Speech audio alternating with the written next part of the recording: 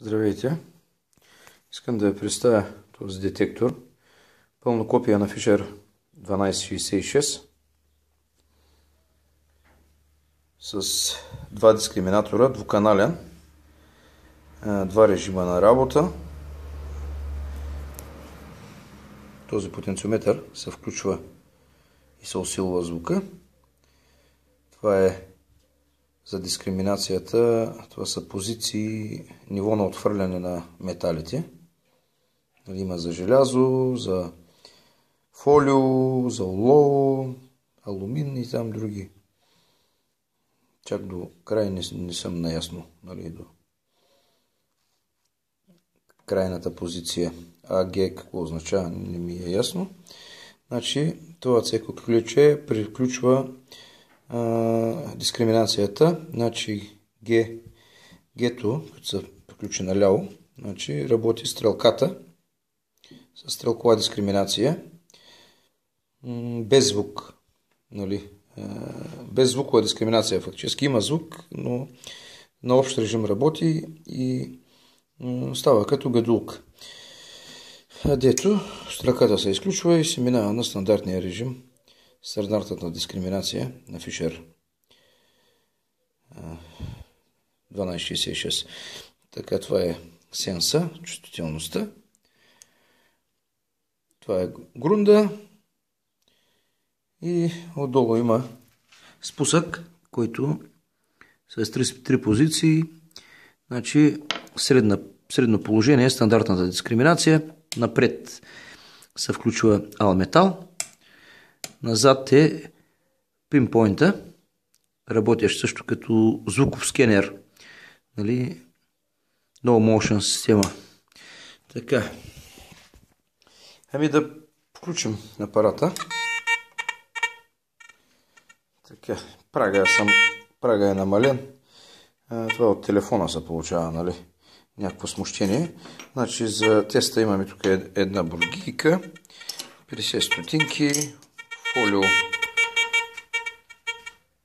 фолиоплатка. Телефона дава смущение. Така. Някакво антично. Това е бакърено някакво, не знам. Така. Болт.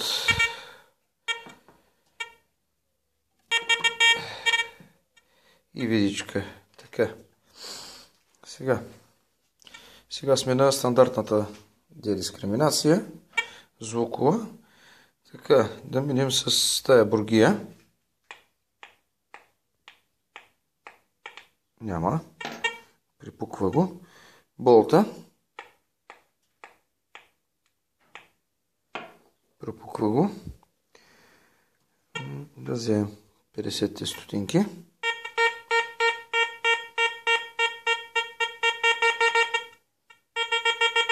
Така.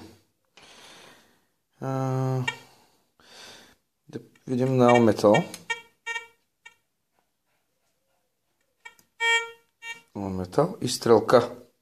Едновременно, което стрелката да си дискриминира. Тръгваме с болта. Ето.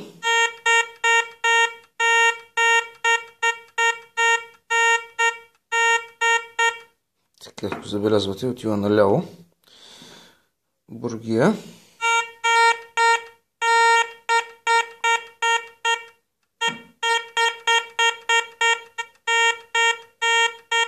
Също отива наляво.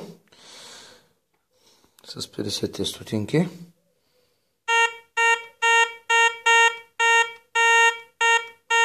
Вече надясно го дава и дублира диода. Така, ето и това фолио.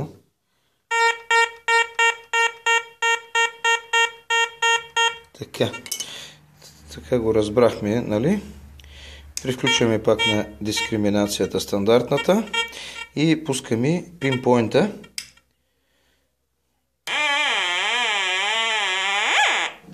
Така.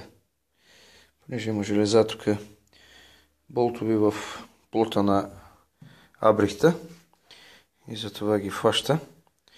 Значи Вземаме с бургийката първо пак. Почваме. Ето. Ето го. Отдясно тюа. Наляво. Дискриминирайте. Така. Ето сега вземем това фолиото. Остава си в дясно. Диода не гасне. Значи е цветно. Така. Болта.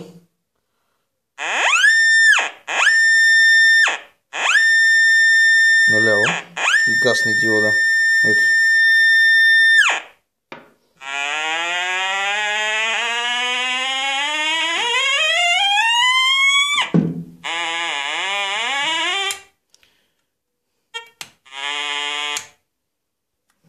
Нищо. Някакво смущение се получи.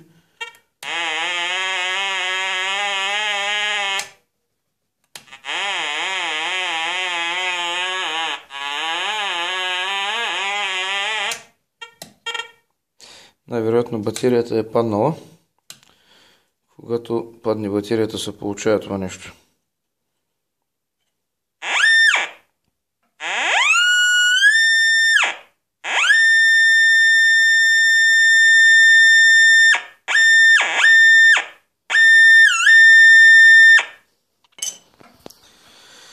Ами, това е, ето.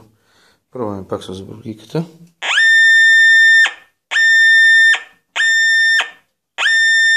Диода се остава.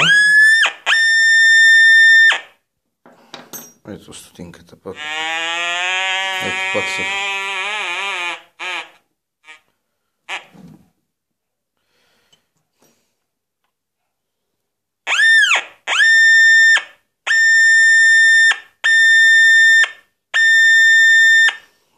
Така. Ами, общо взето е това. Да ви покажа видимо детекцията. Малко да...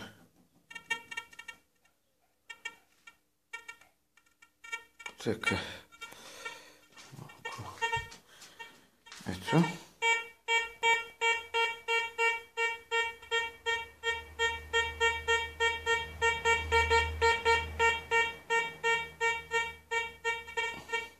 Десет стотинки. Някъде около 37-8 сантиметра. Някакви смущения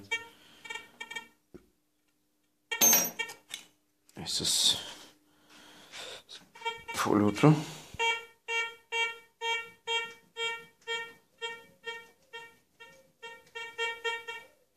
Около 60-65 см някъде отива. И сега да ви покажа, че е в дискриминация с...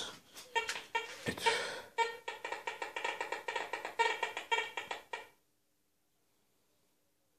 Ето, бургията.